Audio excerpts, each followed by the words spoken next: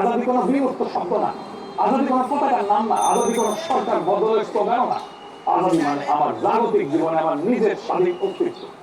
আমাকে কারো ইচ্ছায় জীবন চালাতে দেওয়া, আমাকে কারো শঙ্কায় জীবন সাজাতে হবে না, আমাকে নিরাপত্তার জন্য প্রতিদিন শঙ্কিত থাকতে হবে না, আমাকে অনিশ্চয়তা তাড়া করবে না, আমাকে সম্মান বা মর্যাদা নিয়ে দুশ্চিন্তা করতে হবে না, আমাকে আমার রাষ্ট্র আমার পূর্ণ সম্ভাবনায় বিকশিত হইতে দেবে। আমি যা হইতে চাই সেটা আমাকে হওয়ার রাস্তা খুলে দেবে।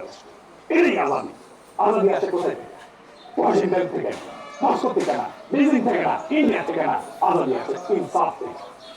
ইনসাফ মানে আইন সবার ক্ষমতা কারো ঢাল না, রাষ্ট্র নাগরিকের শত্রু না।